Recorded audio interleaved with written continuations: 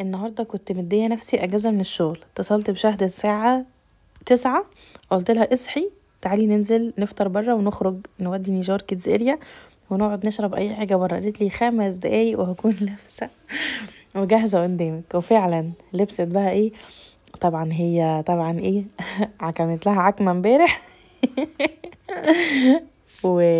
واتغنت امبارح، كانت شخص غني امبارح، والنهارده هي فلست خلاص، صرفت كل اللي كان معاها، وجايبه بقى طقم جديد وجايبه نضاره جديده ولابسه بقى ايه اللي على الحبل. فاول ما شفتها عديت عليها بالعربيه، يعني اول ما شفتها قلت لها من شباك العربيه ايه اللي انت عامله ده يا صندوق؟ ايه اللي انت عامله في نفسك ده؟ قعدت تضحك ولابسه حته كروكس بنت اللذينه. قلت لها ما جبتليش واحد زيك ليه؟ راح تشتري حاجات لنفسها وتنزه نفسها وتسيبني، ده انا هقطعك.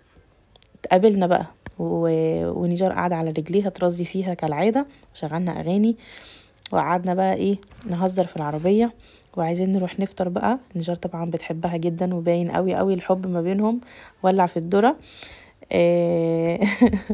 هي نيجار بتحبها قوي قوي قوي قوي، عشان هي فرفوشه وبتحب الضحك، فنيجار مش بتحب يعني الناس الكئيبه.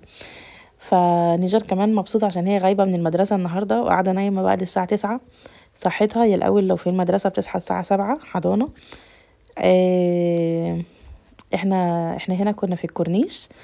الهوا بتاع الكورنيش جميل بس مش زي هوا كورنيش اسكندريه، مش عارفه ليه.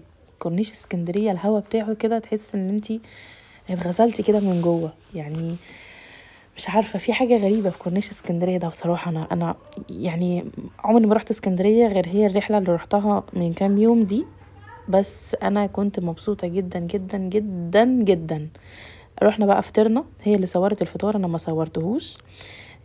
جبنا فول بقى بالزيت الحار وطعميه بطاطس مش عارف ايه.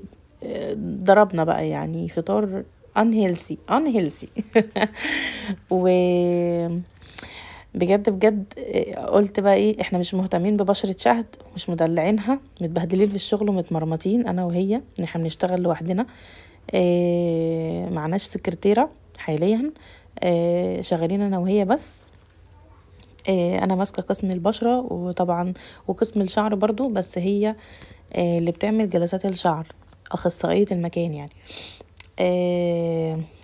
قلت بقى اروق عليها النهارده.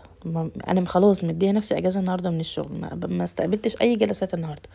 قلت نخلي اليوم ده علينا عشان حتى نشحن طاقه لبكره والبعده وللجلسات اللي جايه والايام اللي جايه. بجد النتائج اللي احنا اصلا طلعناها في الايام اللي فاتت لجلسات الشعر والله والله نتائج فوق المبهرة. ده هنا كنا خلصنا مرحلة الديرما بلاننج ومكانتش مصدقة اصلا القطنة ان ده اللي طلع من بشرتها.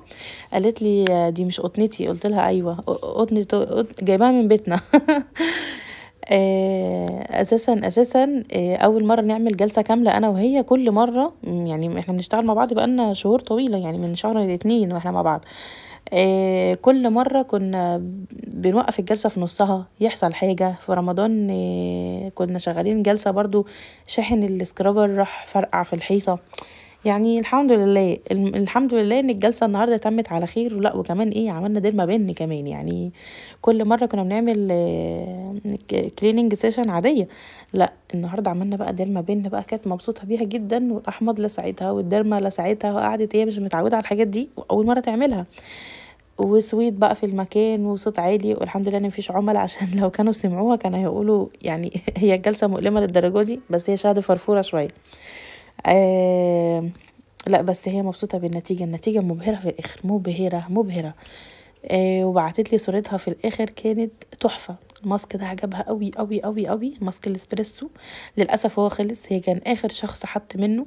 ماسك مليان كافيين تحفة، تفتيحه فظيع فظيع فظيع فظيع. آه هنا كنا خلصنا مرحلة التنظيف وما خلصنا البلاننج، خلاص احنا كده جاهزين للديرما بان. يعني اخترت لها احلى ميزو سيرابي عندي، طبعا المناسب لبشرتها والمناسب للنتيجة اللي انا عايزاها واللي انا شايفة ان البشرة محتاجاه. قعدت بقى ارسم الميزو سيرابي كده على بشرتها عشان ناخد صورة. في الاخر خدت صورة من غير ما تبين تفاصيلها. ما علينا، هي اصلا ما بتعرفش تصور فاشلة في التصوير. هنا كانت نجار بتشتغلها بديرما بني زيي. والله انا فرحت جدا، قلت سيبيها تتدرب، سيبيها تتدرب يا شهد. بتبرق لي هنا وتقول لي ما هي بتخبطني يا تومي، بتخبطني يا تومي. قلت لها لا، سيبيها تتدرب. هي كانت ماسكه هنا كانت ماسكه ديرما وانا ماسكه ديرما تاني. يوسف عماله تتخانق معايا ازاي. شلق يا شهد. والله انا بحبك صراحه، بحبك وبحب اقعد معاكي. اشتغلنا الديرما بقى. الميزو ثيرابي طبعا بيعمل شويه حرقان في البشره.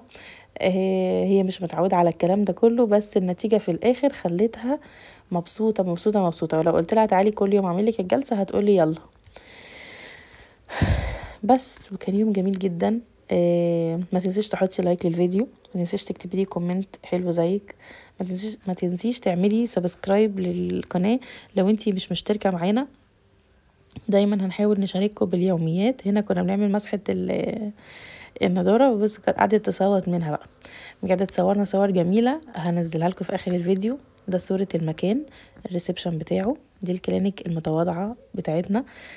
دي المنتجات اللي انا عاملاها، دي الباكجات بتاعتي. ال ال ال ال الديزاين ده لسه جديد لعرض الديرما بني اللي شغال حاليا. انا مبسوطه بيه جدا جدا جدا. كمان هي حاطه اكتر صوره انا بحبها ليا في الديزاين من تحت. لكل اللي ما يعرفناش ويعرفش مكاننا، احنا مكاننا في السويس. تومي بيوتي رونج، صالة تجميل تومي. موجودة في السويس في شارع بوسطة السويس. احنا قدام زوبة للهدايا من مكتبة ون على طول. هتعرفينا من الديزاين ده موجود بره، هتعرفينا منه على طول. احنا دول ارضي جنب كيدز كلاود لملابس الاطفال. هنبقى مبسوطين بزيارتكم لينا. النهارده كمان جات لي ريفيوهات للجلسات وليا جميله جدا، اسعدتني جدا جدا جدا. نزلت لكم صورها. الجروب بتاعي على الفيسبوك اسمه تومي بنت زويل. للناس اللي ما تعرفش الجروب على الفيسبوك ومش متابعيني هناك يعني. دي الصور بقى اللي نيجار قعدت اتصورتها مع شهد، وده المكان اللي احنا اصلا كنا خارجين فيه.